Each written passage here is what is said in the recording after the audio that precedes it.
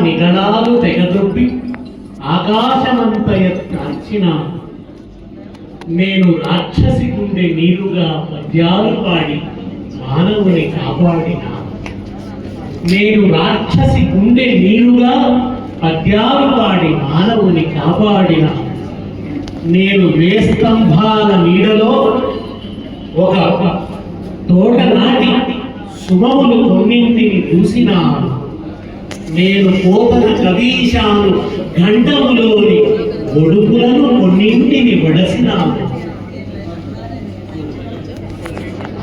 తెలంగాణ వారసత్వం నాది నేను తెలంగాణ సంఖ్యలను పెంచిన ఆకాశమంత పెద్ద పెట్టున కూడా నీడయ్యేలాగా పద్యాలు పాడిన వాడను వేస్తంభాల నీడలో ఒక తెలుగు తోట నాటి ఎందుకు వేస్తంభాల నీడలో అన్నాడు అద్భుతమైన నిజానికి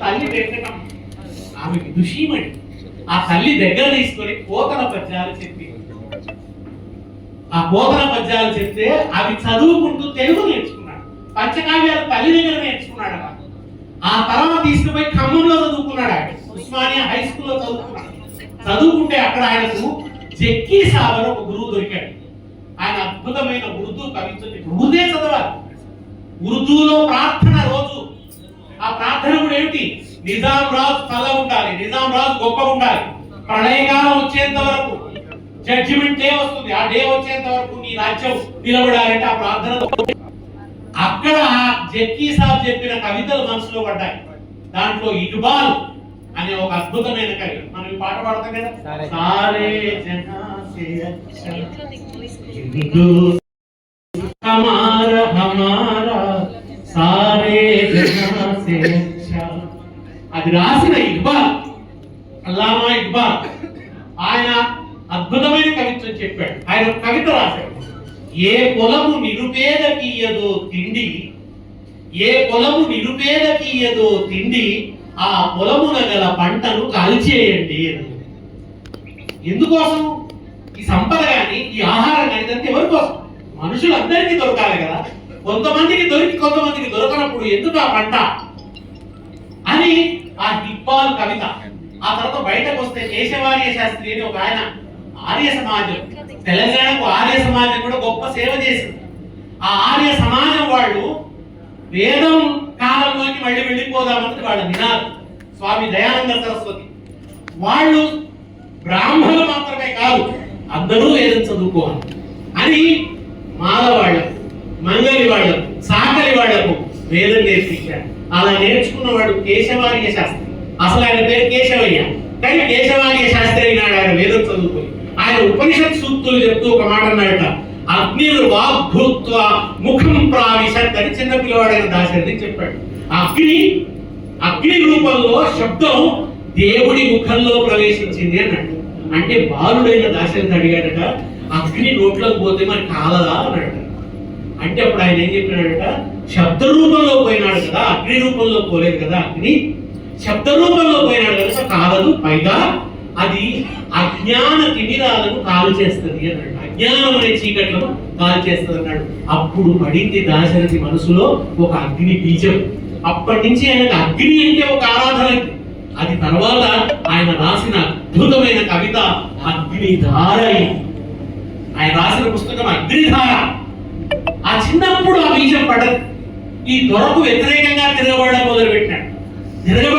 పెడితే చంపేద్దాం అనుకున్నాడు ఆయన గూడూరు దొర ఆయన చంపేద్దామని పోలీసులకు చెప్పి అరెస్ట్ చేయించి ఆ జయవరం గ్రామాలలో ఈయన తిరుగుతున్నాడు ఈయన తిరుగుతూ అక్కడ పోయే వాళ్లకు మలేరియా జ్వరాలు వస్తే పోయి సేవ చేశాడు దాశరథి సేవ చేస్తూ చెప్పేవాడట మలేరియాకు క్వినైన్ మందు మలేరియాకి ఏంటి మందు క్వినైన్ మలేరియాకు క్వినైన్ మందు మధ్యయుగాల నిజాం రాజు పరిపాలనకు తిరుగుబాటే మందు మనం తిరగబడ అని ఆ పోయే గూడాలలో చెప్తూ వచ్చేవాడు ఆ పోయే గూడాలలో పాటలు పాడాడు పద్యాలు చదివాడు వస్తుంటే వీడు ఇక్కడ కూడా దుకాణం మొదలు పెడతాడు ఈ అగ్ని దుకాణం ఈ నిప్పు ఇక్కడ కూడా అంటిస్తాడని గూడూరు దొర చంపేద్దామని చెప్పి వాళ్ళని పంపిస్తే పోలీసులు అరెస్ట్ చేసి ఆయన నెల్లి కుదురు తీసుకుపోయినారు. ఇప్పుడు దాని సార్ చెప్పింది కదా, ఆ నెల్లి కుదురులో వెళ్ళిన వంటవాడిని మంచిగా చేసుకొని పరిగెత్తి అడవులు నదులు దాటుతూ పరిగెత్తుతున్నాడు. అప్పుడంతా ఇదంతా అడవి, ఇప్పటికీ ఇంకా కొంత అడవి ప్రాంతం ఉంది ఇక్కడ. ఆయన చెప్పినాడు, మానుకోట అంటే ప్రేమ, గూడూరు అంటే మహాప్రేమ. ఇది మానుకోట ఎందుకు? ఈ ఊరి చుట్టూ కోటలాగా రానులు ఉండేవట, చెట్లు ఎట్లుండేయంటే ఒక కోట కట్టినట్టు ఉండేవట, అందుకని ఇది మానుకోట. ఇక్కడి నుంచి పరిగెత్తుతూ వెళ్తుంటే పొలాలు కనిపిస్తే ఆ ఇబ్బంది కవితనే యాదికి వస్తున్నాయి. ఏ పొలము నిరుపేదకి ఏదో తిండి, ఆ పొలమును గల పంటను కాల్చేయండి అన్న ఆ కవిత యాడ్ చేసుకుంటూ ఉరికిన్నాయి. చివరిగా దొరకబట్టి వరంగల్ సెంట్రల్ జైల్లో వేసినారు. వరంగల్ సెంట్రల్ జైల్లో ఆయన పడ్డ బాధలు మామూలు బాధలు కాదు. కావాలని ఏం చేసేవాళ్ళంటే సిమెంటు కలిపిన జొన్న రొట్టె ఇచ్చేవాళ్ళు. రొట్టెలో సిమెంట్ కలిపేవాడు. అది తినడం వల్ల ఆయన జీర్ణాశయం చెడిపోయి పడరాని బాధలు పడ్డాడు పాపం. అది మాత్రమే కాకుండా కొట్టుడు తిట్టుడు హింసలు. ఇక్కడి నుంచి నిజామాబాద్ జైలు తీసుకుపోతే రైలు మీద దాడి చేసినారు. ఆ నిజాం భటులు మారువేషాల్లో వచ్చి రైలు మీద దాడి చేసి కొట్టినారు. అట్లా కొడుతున్నప్పుడు దాసరిని పక్కన ఉన్న ఒక ఆయన చేతిలో ఆంధ్రప్రభ పట్టుకొని ఉన్నాడు. అప్పుడు పత్రిక చదివితే కూడా నేరమే. తెలుగు పత్రిక అసలే చదువు, ఉర్దూ పత్రిక చదివితే దర్జా, తెలుగు పత్రిక చదివితే వీడు నక్సలైట్ లాంటి వాడు, ఇప్పటి నక్సలైట్ లాంటి వాడు. వీడు ఎవరన్నా తెలుగు పత్రిక పట్టుకుని ఆ ప్రభ పట్టుకున్న ఆయన చెయ్యి మీద కత్తితో కొడితే 3 వేలు కింద పడిపోయింది. నరికేసి ఆ దెబ్బలు సహిస్తూ రైల్లో పోతుంటే కూడా ఏమైంది, ఆయన ఒకసారి ఆకలైంది పాపం. తిండి ఎవరు పెడతలేరు. ఆ పోలీసులు గుడుమలాగి పడుతున్నారు. అప్పుడు పాపం అక్కడ ఎవరో ఒక కుటుంబం రైల్లో పోతున్న వాళ్ళు చూసి ఒక అమ్మాయి ధైర్యం చేసి ఆ పోలీస్ దగ్గర ఉన్న తాళ చేయి దొంగతనం చేసి ఈయన బేడీలు తీసేసిందట. పెరుగన్నం తినిపించిందట. ఆమెలో తెలంగాణ తల్లిని చూసినా భారత మాతను చూసినా ఏడిచేడు దాసరి. ఆమె అన్నం పెట్టాక ఆమె అన్నదట, అన్నయ్య పారిపో అన్నది. తీసిన కదా అన్న, నువ్వు పారిపో అంటే వద్దు, వాడు లేచినాక ఎట్లా పారిపోయినా మిమ్మల్ని అడుగుతారమ్మా, నిన్ను హింసిస్తారు కన్నా మళ్ళీ బేడీలు వేయడం మీకేం కావద్దు కదా మళ్ళా అని చెప్పి మళ్ళా బేడీలు వేసుకొని కూర్చొని జైలు పోయాడు. నిజామాబాద్ జైలు వేసి ఘోరమైన జైలు, కొండ మీద ఉంటది. అందులో 700 మంది. ఆ 700 మందికి ఒకే ఒక్క పంపు, ఒకటే నీళ్ళ పంపు. వట్టికోట ఆడవారు స్వామి సారంగం చెప్పిన ఆయన నవల రాసి ఆయన పుస్తకాలు బట్టి తరం చదవాలి. ప్రజల మనిషి అని ఒక అద్భుతమైన నవల రాశాడు. తెలంగాణ భాషలో రాసిన మొట్టమొదటి నవల. ఆ ప్రజల మనిషి రాసిన ఆయన పాప అక్కడికి వస్తున్నాడు, పాడవాడకుండా వస్తున్నాడు. 700 మందికి ఒకటే పంపు, ఇక్కడికి పోదామంటే భరించడానికి పంపు అని పాడుకుంటూ వస్తున్నాడు.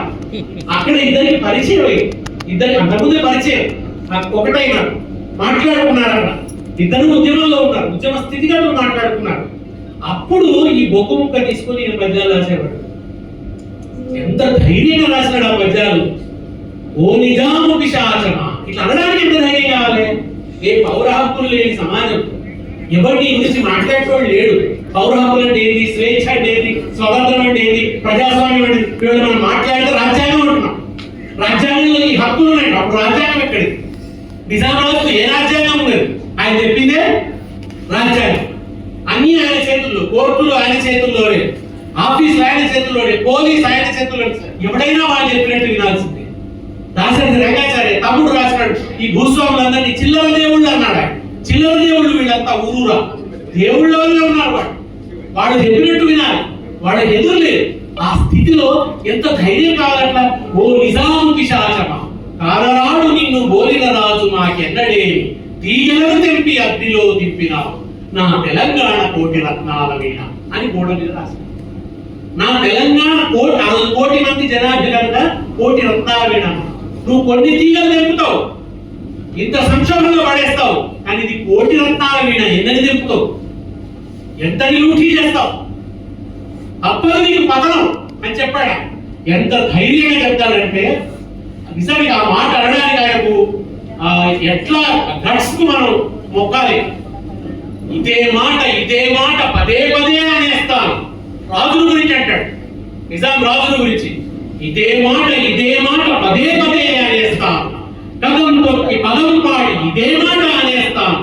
ఎదల్లోన హృదల్లోన సొదల్లోన గదుల్లోన ఎక్కడో చాట ప్రచోడ ఇదే మాట అంటాను. ఎదల్లోన హృదల్లోన సొదల్లోన గదుల్లోన ఇదే మాట పదే పదే అనేస్తాను. జగత్తంత రగులుకున్న వృథా ఈ అగ్ని కోపాగ్ని ధార ప్రజాగ్రహం అనేటువంటి ఈ జ్వాల ఆరిపోతుంది అనుకోకు. ఇది ప్రపంచమంతా విస్తరిస్తున్నది. ఎందుకంటే ఆనాడు తెలంగాణ రైతాంగ పోరాటానికి ప్రపంచమంతా మద్దతు పలికింది. అటువంటి మద్దతు కూడగట్టారు. అడుగడుగున ఎడదనెత్తు గడగడమని తాగినావు, పడతుల మానాలు దోచి గుడగుడమని హుక్కలాగి జడియక కూర్చుండినావు, మడిగట్టుగా నిలిచినావు. ఎంత ధైర్యంగా అన్నాడు. దగాకోరు బటాచోరు రసాగారు పోషకుడవు. నువ్వు పోషిస్తుంది ఎవరిని? దగాకోరు బటాచోరు రసాగారు పోషకుడవు. ఊళ్ళ అగ్గిపెట్టి ఇళ్ళన్నీ కొల్లగొట్టి తల్లి పిల్ల కడుపు కొట్టి నిక్కిన దుర్మార్గం అంతా నీ బాధ్యత. ఇదన్నిటికీ నువ్వు బాధ్యత వహించాలి. నువ్వు బొమ్మలో నిలబడతావు, జాగ్రత్త. కోటిన్నర రోటి వెంట మాటలుగా దిగిపోమ్మని తెగిపోమ్మని ఇదే మాట అనేస్తారు. వద్దంటే గద్దెనికి పెద్దరికం చేస్తావా? 3 కోట్ల చేతులు నీ మేడను పడదోస్తాయి. మేడలలో కులిపుతున్నావు కదా, ఒట్టి స్తంభ మేడలలో 3 కోట్ల చేతులు నీ మేడను పడదోస్తాయి. అతనంటే 3 కోట్ల చేతులు నీ మేడను పడదోస్తాయి, నీ మెడనే విడదీస్తాయి అని ధైర్యంగా గర్జించాడు దాశరథి. ఇది దాశరథి అంటే, ఇది దాశరథి గట్స్, ఇది దాశరథి తెగువ. ఇట్లా అన్నాక వాడు అనుకుంటాడా? రామగ్రంథ తోమింది తీసుకపోయి అదే సాధకం చెప్పింది. ఆయన కొట్టిండు, ఈయన కొట్టిండు. ఈయన పేరు ఆయన చెప్పాలి, ఆయన పేరు ఈయన చెప్పాలి. ఇద్దరు రాసేది కొబ్బు ముక్కలు తీసుకొని జైల్లో రాస్తే ఈయన చెప్పకపోయేది, ఆయన చెప్పకపోయేది. పైగా ఆళ్వార్ స్వామి అనేదట, ఏం పచ్చడి రాసినవు రా దాశరథి. ఆ పచ్చడిలో ఎంత శక్తి ఉన్నదిరా, పవర్ఫుల్ పోయం. వాడు నిన్న కొట్టిందంటే నాకు ఎక్కువ కొట్టిండ్రా అంటే ప్రజల్లో శక్తి పెరిగినట్టు ఇంకా కొట్టిండు అని అనుకున్నారు తప్ప భయపడలేదు. ఈ ఇద్దరు ఉండొద్దని ఆళ్వార్ స్వామిని గుల్బర్గా పంపించిందట. ఈ నిజామాబాద్ ఉండొద్దని గుల్బర్గా పంపించేసినారు. అక్కడే ఉండగా షోయబుల్లా ఖాన్ చంపేసిన వార్త తెలిసింది. ఏడ్చి వాళ్ళు ఏం చేసినట, ఆ జైలునే ఒక దేశంగా ప్రకటించుకున్నారు. బందీ నగర్ అని పేరు పెట్టుకున్నారు. దాన్ని పెట్టుకొని దానికి ఒక ప్రధానమంత్రి, దానికి ఇంటర్నల్ అఫైర్స్ మంత్రి ఏం పెట్టుకున్నారు వాళ్ళే. దాంట్లో పత్రికలు నడుపుకున్నారు. ఎంత చైతన్యం! కొడితే ఇంట నుంచి కూడా కావాలని కసితో వచ్చి జైల్లోకి వచ్చి కొట్టిపోయేవాడు. ఎవరెవరు నిజాం భటులు కాదు, మామూలుగా ఈ తిరుగుబాటును ఓర్వడంలో వచ్చి కొడితే తల మొదలు కొట్టినాడు. భుజం విరిగిపోయింది, కింద పడ్డాడు, రక్తం కాలువలై పారుతున్నది. ఆ హాస్పిటల్ వాడు డాక్టర్ ఉన్నాడు జైల్లో. రానంటే వాడు ఏమన్నాడు? దవాలై దువా మాలు అంటాడు. మంది అలా దువా చేసుకోపో అన్నాడు. ఏం చేయాలని శివుడి మీద పద్యాలు చెప్పాడు. కుడి హస్తమున శూలమెత్తదు, దిక్కులు పిండిగా ఠక్క చప్పుడుగా వింటూ వేరొక హస్తమున నిప్పులు గ్రక్కు నీ కంటిలో. శివుడి గురించి ఎంత అద్భుతంగా పద్యాలు చెప్తాడంటే, నువ్వు కుడి హస్తంలో శూలం పట్టుకున్నావు, వేరొక హస్తంలో దిక్కులు పిండిగా చేసేటువంటి ఢక్కను మోగిస్తున్నావు. నిప్పులు గ్రక్కు నీ కంటిలో, శివుడి కన్ను నిప్పులు కక్కుతుంది కదా, నిప్పులు గ్రక్కు నీ కంటిలో పిడుగులు పిల్లలు పెట్టుకున్నవి అన్నాడు. ఏం ఊహ చూడండి. పిడుగులను పిల్లలు పెట్టుకున్నాయట శివుడి కంటిలో. పిడుగులు పిల్లలు పెట్టుకున్నవి, మేఘావళి గర్జనలు ఉడుగుంచములాడుకున్నవి నీకు ఢక్కలో. ఆ మేఘ గర్జనలు ఉరుములు నీ ఢక్కలో ఉడుగుంచాలాడుకుంటున్నాయి అని అద్భుతమైన ఊహతోని శివుడి మీద గొప్ప పద్యాలు చెప్పాడు. చెప్తే రాత్రి వానబడ్డదట. ఆ ఢక్క చప్పుడు నిజంగా దాశరథికి వినిపించిందట. ఆయన జ్వరం తగ్గిపోయిందట. ఎందుకు జరిగింది చెప్పండి? ఇది మూఢ నమ్మకమా, శివుడి దయ, కరుణ కాదు, ఆ మహానుభావుడి సంకల్పం. ఆ మహానుభావుడి ఉద్యమం పట్ల ఉన్న నిబద్ధత. ఆ నిబద్ధతకు ఒక ఆలంబన దేవుడు తప్ప అది ఏడుదని చెప్తున్నా. నిప్పులు కక్కే కన్నేది శివుడి కన్నా దాశరథి కన్నే. పిడుగులు పిల్లలు పెట్టుకున్నాడు. ఏది? సమాజం అంతా కుత ఉడుకుతున్నది నిజాం మీద. దానికి సూచన ఏమన్నాడు? పిడుగులు పిల్లలు పెట్టుకుందని అంటాడు. జైలు మీద అద్భుతమైన కవిత్వం చెప్పాడు. అసలు దానికి జైల్లో వైద్యాన్ని ఎవడైనా ఓ అని ఏడ్చుకుంటూ కూర్చోవాలి, కానీ ఏడ్చుకుంటూ కూర్చోలే ఆయన, జైలు మీద కవిత్వం చెప్పినాడు. అలా ఉంది సార్ మన శివారెడ్డి గారు కవులు ఏం చేస్తారు అట్లా. చీకటి రోజుల్లో గానాలు ఉండవా అంటే ఉంటాయి, చీకటి గురించే గానాలు ఉంటాయి. ఆయన తీసుకుపోయి జైల్లో పడేసి ఏమంటున్నారు, నోరు మూసినప్పుడు అనుకున్నారు. కానీ సింహాన్ని బోన్లు వేస్తారు, గర్జిత పొందుతారా? బోన్లు ఉన్నా గర్జిస్తుంటారు. జైల్లో ఉద్యమం చేయొద్దని జైలు వేస్తే జైలునే ఉద్యమం చేశాడు. పిడికిలు ఎత్తొద్దని జైలు వేస్తే జైలునంతా ఒక పిడికిలు చేశాడు. ఇది నిదాఘం. భయంకరమైన ఎండ ఆ కాలం. ఆ జైల్లో ఉన్నాడు ఆయన. నిదాఘం అంటే ఎండ. ఇది నిదాఘం. సహింపరాని వేడి ఏడిపించుచున్నది. పాడుపడిన గోడలందున జైలులోన పాడినాడ వాడిపోనున్న పూమొగ్గపై పాట. పాడుబడిన జైలు గోడల మధ్య ఉండి నేను పాడుతున్నాను. ఏం వాడిపోతున్న పూమొగ్గపై పాట పాడుతున్నాను అంటే అనేక మంది చిన్న పిల్లలు కూడా ఆహుతైపోతున్నారు. సమాజం అంతా కూడా ఒక లేత సమాజం, ఒక సుకుమార సమాజం, ఒక మంచి సమాజం ఈ నిజాం పరిపాలనలో దాని మీద పాడుతున్నా. ఏమంటాడు? ఈ ఎండాకాలములో ఎట్లా ఉంటదంటే మనకు గతి తప్పని చెప్తుంది అన్నమాట. ఒక దాంట్లో దాని విరుద్ధమైన ఉంటుంది. ఆ చల్లని సముద్రగస్థం దాచిన పడపాదలెంతో అన్నట్టు. సముద్రం చల్ల ఉంటది, కానీ దాని లోపల ఏముంటుంది తెలుసుగా? వేడిగా ఉండే బడబాగ్ని ఉంటుంది. సముద్రం లోపల అగ్ని ఉంటుంది. సముద్రం అంటే నీళ్ళు కదా, అగ్ని ఉండడమే అనుకో, కానీ అగ్ని ఉంటుంది. అట్లా ఒకదాంట్లో ఒకటి అంటే విరుద్ధ శక్తుల సమ్మేళనం అని గతి తప్పని చెప్తుంది. దాన్ని కవిత్వంలో తెచ్చాడా. ఏమన్నాడు? ఈ ఎండాకాలములో ఎన్ని వర్షాలు దాగి ఉన్నవో చూడసాగిన. ఎండాకాలంలో ఏం దాగినాయట? వర్షాలు దాగినాయి. రాబోయే వర్షాలను గర్భంలో పెట్టుకున్నదే ఎండాకాలం. ఎండాకాలం ఎండలు కొడితేనే కదా సముద్రం నీరు ఆగి మళ్ళా మేఘాలై అది వర్షం. కానీ ఎండాకాలమే వర్షాకాలానికి జన్మభూమి. ఈ ఎండాకాలములో ఎన్ని వర్షాలు దాగి ఉన్నవో చూడసాగిన. ఈ ఎడారి పొలములో ఎన్ని గంగలు పొంగులో అని చూడబోయినా. అక్కడితో ఆగుతాడా? ఆయాసపడు జైలులో ఎన్ని ప్రజారాజ్యములున్నవో అని అలసిన. జైలులోనే ప్రజారాజ్యాలు ఉన్నాయి. ప్రజారాజ్యాలు ఉండొద్దని జైలు పుడతాయి, కానీ జైళ్ళలోంచే ప్రజారాజ్యాలు పుడతాయని ఆయన చెప్తారు. ఈ ఆయాసపడు జైలులో ఎన్ని ప్రజారాజ్యములున్నవో అని అలసినాను. నిరుపేదవాని నెత్తురు చుక్కలో ఎన్ని విప్లవాలో అని వెతికినాను. ఎక్కడుంటాయి విప్లవాలంటే నిరుపేదవాని నెత్తురు చుక్కలో ఉంటాయని చెప్పినాడు. చెప్పి ఏమంటాడంటే, కాల దైవజ్ఞుడు, కాలం అనే జ్యోతిష్యుడు, ప్రపంచం అనే స్త్రీ సౌందర్యమూర్తి, ఆమె చేయి చూసి జ్యోతిష్యం చెప్తున్నాడట. కాలం చెప్తుందట. ఏం జ్యోతిష్యం చెప్తుందట అంటే, పరుల హింసించడు వాడు బాగుపడుట వట్టిది. పరులను బాధ పెట్టేవాడు ఎవడు బాగుపడడు, నశించుడే సత్యం చెప్తుంది. ఇంత తాత్వికంగా, ఇంత అద్భుతంగా కవిత్వం చెప్పగలిగిన వాడు దాశరథి.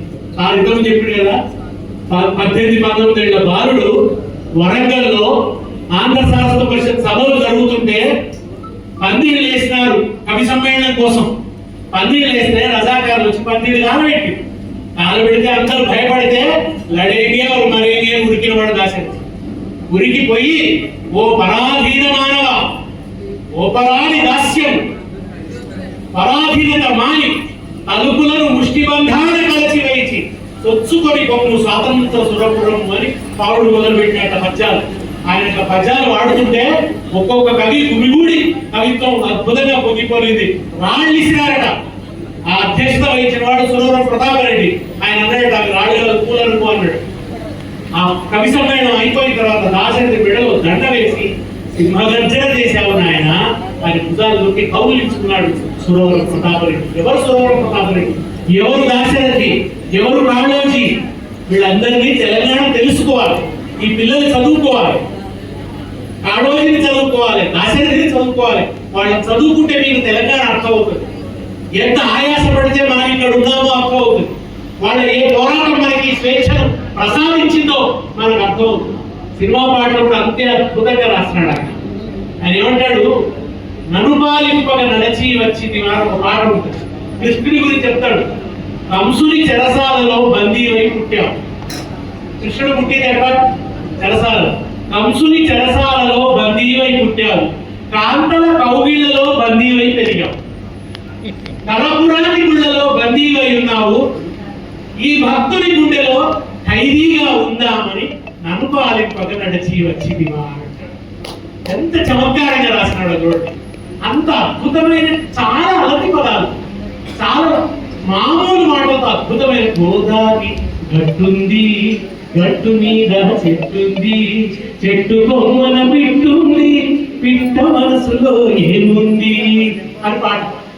మూగ మనసుల సినిమాలో ఈ పాట ఎంత హిట్, జమునకి ఎంత పేరు వేసింది పాట. పిట్ట మనసులో ఏముందని చివరికి ఏమంటారు తెలిసిన మళ్ళా, పిట్ట మనసులో ప్రపంచం ఉంది అంటాడు. ఆఖరికి పాట చివరిలో పిట్ట మనసులోనే ప్రపంచం అంటాడు. పిట్ట ఇంతే ఉంది కానీ దాని మనసులో ప్రపంచం ఉంది అని ముగిస్తాడు. అద్భుతమైన పాట. నడిరే ఈ ఏజాములో స్వామి నిలిచేర దిగివచ్చు, కలవారినే గాని కరుణించలేడా, కలవారినే గాని కరుణించలేడా, నిరుపేద మొదలేవి వినిపించుకోడా, కన్నీటి బతుకుల కనలేని నాడు స్వామి కరుణామయుందన్న బిరుదేలనయ్యా, అడగవి మాయమ్మ అలివేలు మంగమ్మ, నడిరేములో స్వామి నిన్ను చేర దిగి వచ్చును, తిరుమల శిఖరాలు దిగి వచ్చును. ఎంత గొప్ప పాట! కృష్ణ ఎంత నిందాస్తుతి అన్నమాట వెంకటేశ్వరుని మీద. కలవారినే కానీ కరుణించలేడా, ఎక్కువ పైసలు పెడితే దర్శనం పొందాడు. నేనే ఒకసారి నవ్వుకుంటాను, వెంకటేశ్వరుడు ఎందుకంత నల్లవేంటంటే అందరూ పోయి బ్లాక్ మనీ వేసి వేసి ఆయన బ్లాక్ అయిపోయింది. నారాయణరెడ్డి గారు రాశాడు, లంచం నన్ను భజించి వస్తే నేనేమంటాను, నేనేమంటాను, తిరుమలగిరి గుండీలు. లంచం నన్ను భజిస్తూ వస్తే నేనేమంటాను, తిరుమలగిరి గుండీలు, తిరుమలగిరి గుండీలు చొరబడమంటాను, లంచం నన్ను భజించి వస్తే. తిరుమల స్వామి ఆదాయం ఎందుకు పెరుగుతుంది? సమాజంలో లంచం బాగా పెరుగుతుంది. లంచంలో ఆయనకి ఇష్టమైన దేవుడికి కూడా కమిషన్ లేగలిగిన మహానుభావుడు వెలుగుతున్న రాజ్యం అది. బ్లాక్ మనీ పెరిగిన కొద్ది దేవతల వైభవాలు పెరుగుతున్నాయి అన్నమాట. కనుక దేవుడు అని కోరుతాడా? దేవుడిని ఏమి చేయమాశిస్తాడు? నీతిగా బతకమని ఆశిస్తాడు, కానీ అవినీతిలో నాకెంత ఇస్తావు అని అడుగుతాడు దేవుడు. అది ఆయన ఆ నిరుపేద మొరలేవి వినిపించుకోవడం, కన్నీటి బ్రతుకుల కనలేని నాడు స్వామి కరుణామయుండన్న బిరుదేలనమ్మ. ఎంత భక్తిపాడు. తిరుమల మందిర సుందర సుమధుర కరుణా సాగర. సుశీల గొంతులు ఎంత గమ్మనైన పాట. ఇటువంటి గోరొక్క పూటికి చేరావు చిలక, భయమెందుకే నీకు బంగారు మొలక. ఈ పాట ఆయన రాస్తే నా బాలసుబ్రహ్మణ్యం ఒక పెద్ద బ్రేక్ ఇచ్చిన పాట. పాల బుగ్గలను వేద సిద్ధులు పల్లవించగారావే, నీలి ముంగురులు గాలి తలపై తేలి ఆడగారావే, ఏ దిగిలో విరిసిన పారిజాతము, ఏ నదిలో మెరిసిన ప్రేమ గీతము. ఈ పాట బాలసుబ్రహ్మణ్యం కెరీర్ మార్చేసింది. ఆయన జీవితంలో చెప్పుకున్నాడు, దాశరథి గారి పాటనే నాకు బ్రేక్ ఇచ్చింది అని చెప్పి. అట్లాగే గజల్ రాయాలంటే ఆయన తెలుగు సాహిత్యంలో మొట్టమొదటి గజల్ ప్రవేశపెట్టినవాడు దాశరథి. మీరు గర్వపడాలి. సాహిత్యం తర్వాత నారాయణరెడ్డి రాశాడు, అనేక మంది రాస్తున్నారు ఇవాళ గజల్స్. మొట్టమొదటి తెలుగులో రాసినవాడు దాశరథి. రుబాయి మొట్టమొదటి రాసినవాడు ఆయన. మిర్జా గాలిబ్ ఉర్దూ కవిత్వాన్ని తెలుగులో చేశాడు. సార్ అన్నాడు, ఏ ముహూర్తాలు అనుకున్నామో పని ఇట్లా జరిగిందని. దాశరథి అన్నాడు, ధ్యేయమును బట్టి ప్రతి పని దివ్యమగును అన్నాడు. నీ ధ్యేయం గొప్పదైతే ఆ పని విజయం అవుతుందంట. ధ్యేయమును బట్టి ప్రతి పని విజయం అవుతుంది. ఇంకేమంటే తెలుసా, స్వీయ లోపము లేకుండా పూర్ణ విద్య అన్నాడు. గొప్ప విద్య ఏంటో తెలుసా, నీలో ఉన్న లోపాలను నువ్వు తెలుసుకోవడమే. స్వీయ లోపము లేకుండా పూర్ణ విద్య. ఏది సులభముగా సాధ్యపడదు సుమ్ము, ఏది అంత ఈజీగా కాదు. నరుండవుట దుష్కరము లేము అన్నాడు. మనిషిలాగా బతకడమే కష్టం.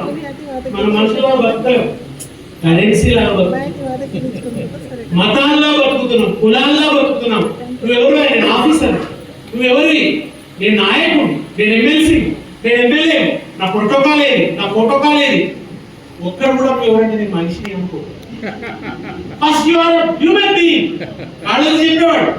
ఒక సభకు వచ్చినట్టు వీళ్ళందరూ కూడా సభకు వస్తే అక్కడ కుర్చీలు అన్ని పేర్చి ఉన్నాయి, ఎవరు వేస్తలేరు కుర్చీలు. అప్పుడు కాళ్ళ కుర్చీ ఎవరు లేదు రా అన్నాడు. అడగనే మనుషులు లేరు అన్నాడు. అంటే మనం మనుషులు కాదా అన్నాడు. అంటే కుర్చీ వేసే మనుషులు రావాలని వాళ్ళ ఉద్దేశం. మనుషులు రాలేదంటే మన మనుషులు కాదా అన్నాడు.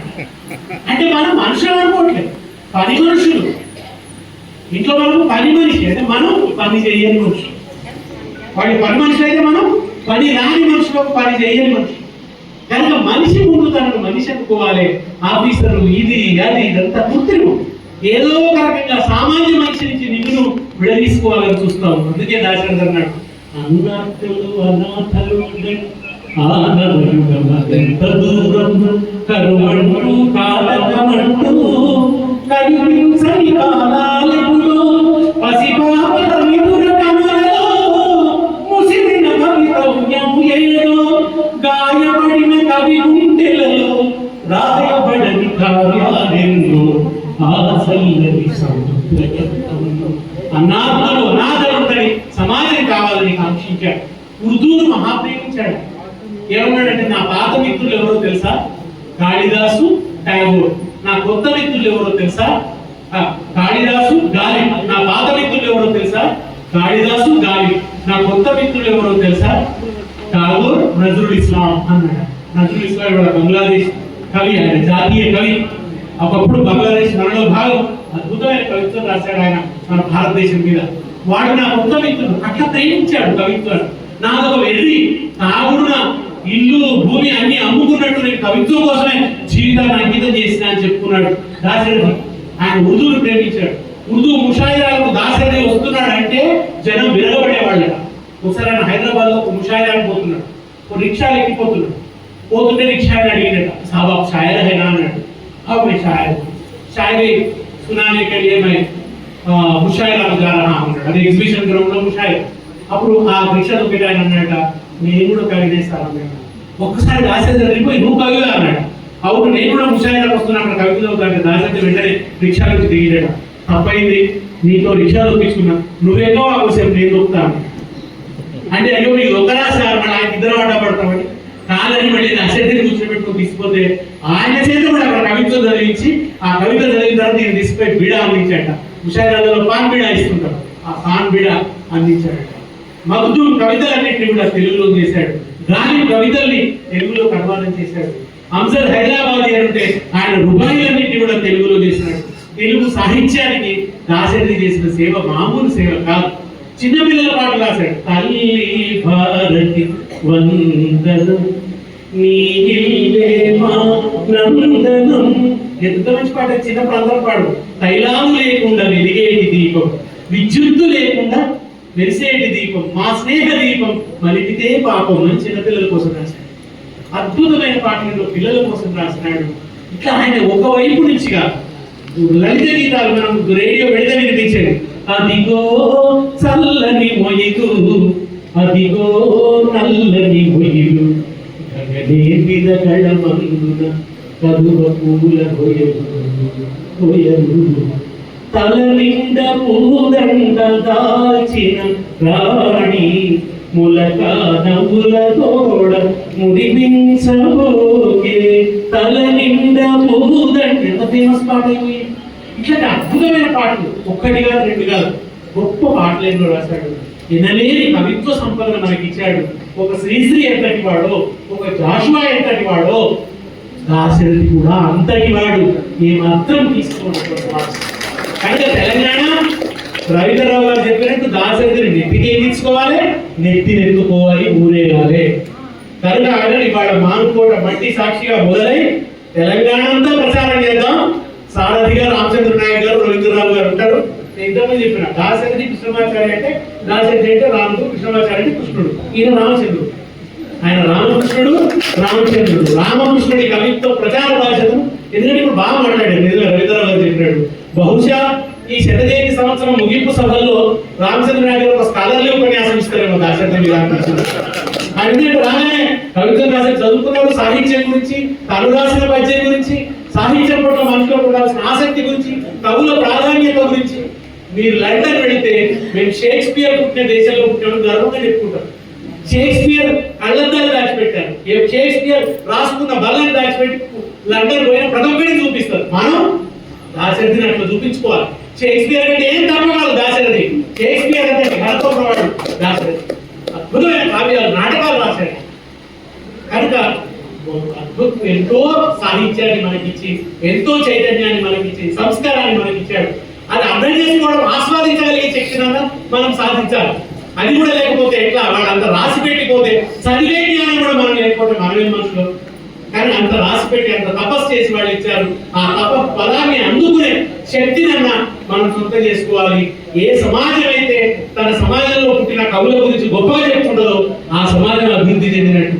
కనుకనే అంబేద్కర్ అన్నాడు, అభివృద్ధిని నేను బిల్డింగ్లలో చూడను, ఆత్మ విషయకమైన అభివృద్ధి, సంస్కారవంతమైన అభివృద్ధి ఎంత జరిగింది అనేది గీటురాయి అన్నాడు. బిల్డింగ్లు ఎందుకునేది డెవలప్మెంట్ కాదు అని అన్నాడు. కానీ అటువంటి నిజమైన అభివృద్ధిని పొందడానికి దాశరథి మనకు కాగడా అవుతాడు, తరదీపిగా అవుతాడు. ఆయన ప్రసారం చేద్దాం. కృతజ్ఞతలు. నమస్కారం.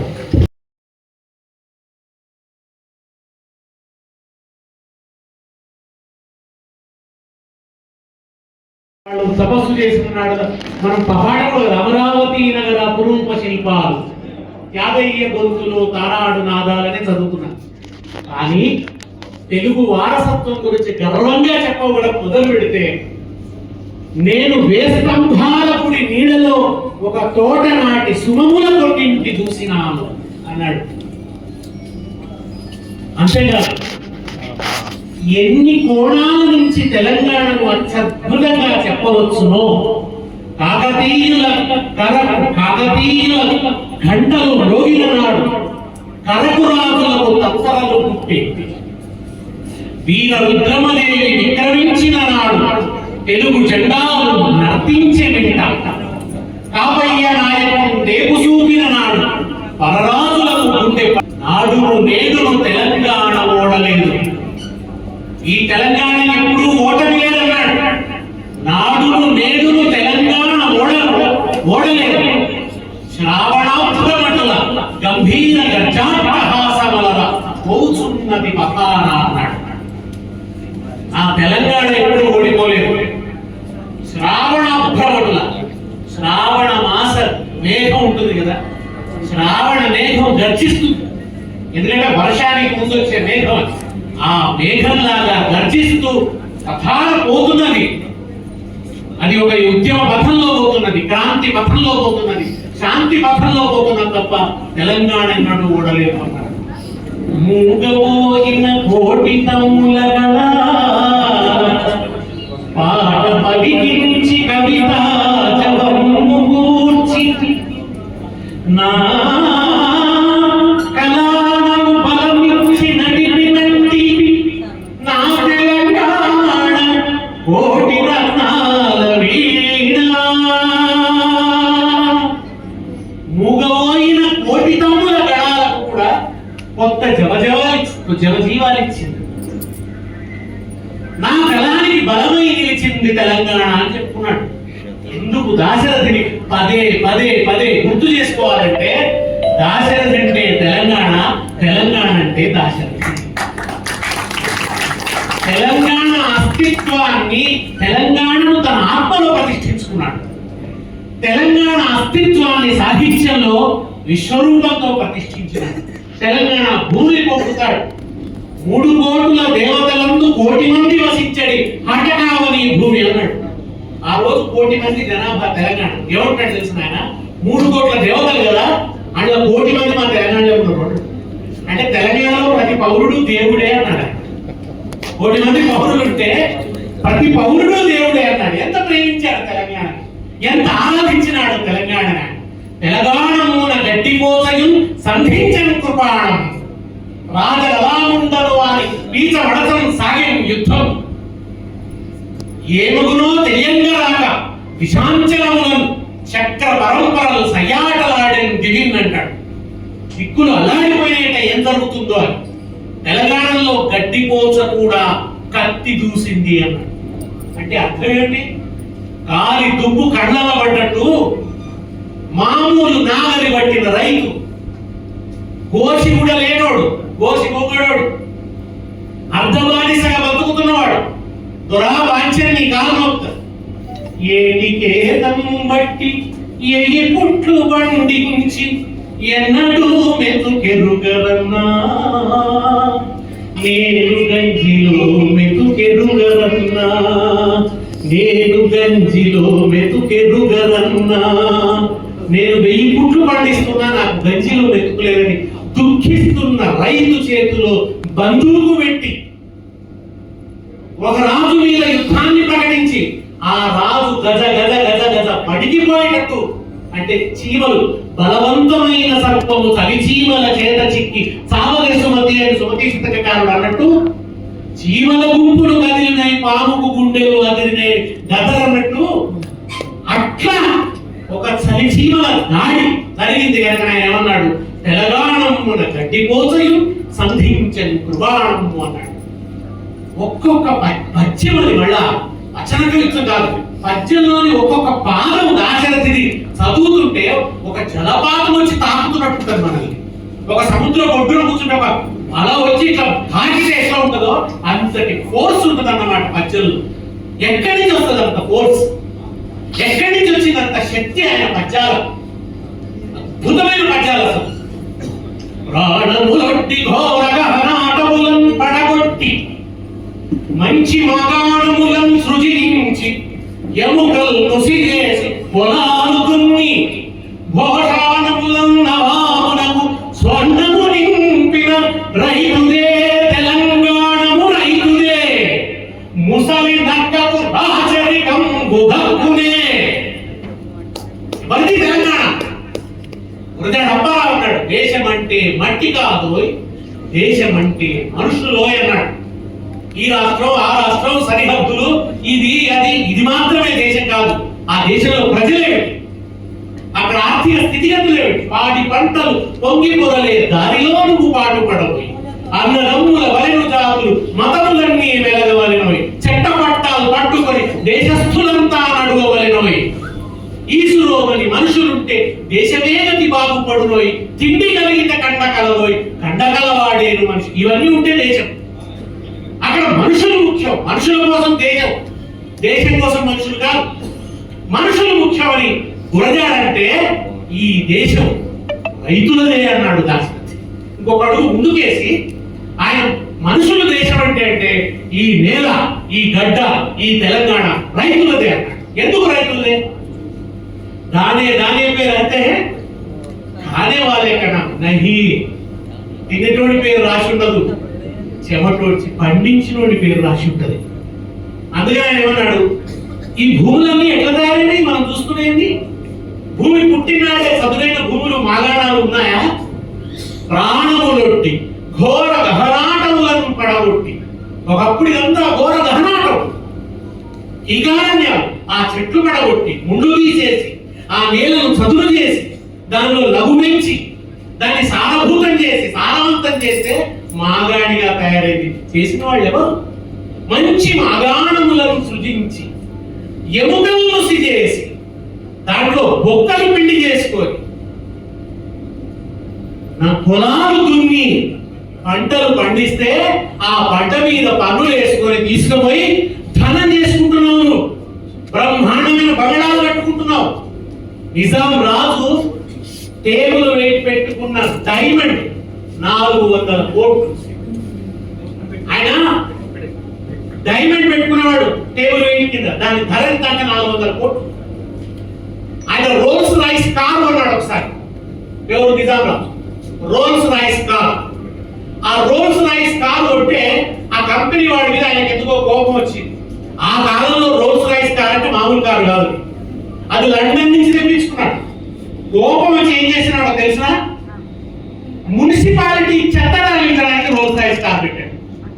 నిజంగా కంపెనీ వాడు వచ్చాడు, మా కంపెనీ చదువుతుందా, ఇది రోల్స్ రాయిస్ కారు, దీన్ని అట్టబెడతావా అంటే, ఇక నువ్వు ఈ విషయంలో నాకు కింద తెప్పించినట్టు నీకు నమస్కారం, అట్లా చెయ్యమని ఆ కంపెనీ వాడు క్షమాపణ చెప్తే అప్పుడు దాన్ని మున్సిపాలిటీ చెత్తబడి తీసేసిండట నిజాంగా. అంత శ్రీమంతుడు. భారతదేశంలోని అత్యంత ధనవంతుడు ఒకడు, రాజు ధనవంతుడు, దాని ప్రజలు పారమతి అర్ధవారిసలు, సగం బట్టలే ఉన్నాయి, వెట్టి చాకరీ చేస్తున్నారు. పాలబుగ్గల జీతగాడ పశులగా సేమునగాడ పాలు మరిసి ఎన్నాడయిందో, ఓ పాలబుగ్గల జీతగాడ కొలుపుకు తిని ఎన్నాడయిందో. చిన్న పిల్లలు కూడా వెట్టి చాకరీ చేస్తున్నారు. ఈ వెట్టి చాకరీ, ఈ దుర్మార్గం, ఈ దురంతం భరించలేక చిచ్చలవిడిగా లేచిన వాడు దాశరథి. 20 ఏళ్ల పర్వం. ఏం ఆలోచిస్తారంటే 20 ఏళ్ల పిల్లవాడు ప్రమాణం చదువుకోవాలి, ఉద్యోగం చేయాలి, మంచి పెళ్లి చేసుకోవాలి, వీలైనంత సుఖపడాలనుకుంటాడు. కానీ ఘోరమైన జీవితాన్ని ఆహ్వానించాడు. తిరగబడడం మొదలు పెట్టాడు 20 ఏళ్లకే. ఊరి దొర అకృత్యాలు భరించలేక చుట్టుపక్కల గాడుల కావచ్చు, జయవరం కావచ్చు, తిరగడం మొదలు పెట్టినాడు 20 ఏళ్ల వయసులో. చిన్నప్పటి నుంచి కష్టాలు పడ్డాడు. ఆయన ఏమంటాడు తెలిసిన, చిన్నప్పటి నుండే నా మాతృభాష మీద దాడి అన్నాడు. చిన్నప్పుడు ఆయనకు వచ్చిన బాధ ఏంటంటే తెలుగు చదవనీయలే. ఇట్లా వాళ్ళ నాన్న మహా సంస్కృత పండితుడు. ఎంత పండితుడు ఏంటంటే ఆయన ఎంత చాదస్తుడు అంటే, స్నానం చేసిన తర్వాత తెలుగు మాట్లాడుతుడు కాదు, స్నానం చేసేంత వరకే తెలుగు, మహిళలో ఉన్నప్పుడు తెలుగు మాట్లాడతాడు. స్నానం చేసిండంటే ఇక ఆయన సంస్కృతం అన్న మాట్లాడతాడు, లేకపోతే ద్రవిడం అన్న మాట్లాడతాడు, తెలుగు మాట్లాడు. తెలుగు మాట్లాడితే మహిళ పడిపోతాం అనుకునేవాడు వాళ్ళ తండ్రి. ఆయన ఈయన తెలుగు చదువుకోవద్దని, సంస్కృతం మాత్రమే చదువుకోవాలని, ఈయనకేమో కావ్యం కంటే కవిత్వం ఇష్టం. ఆయన వైద్య శాస్త్ర గ్రంథాలు ఇస్తుంటే కూడా ఆ వైద్య శాస్త్ర గ్రంథాల శ్లోకాల్లో కూడా కవిత్వం ఎత్తుకునేవాడు ఆయన.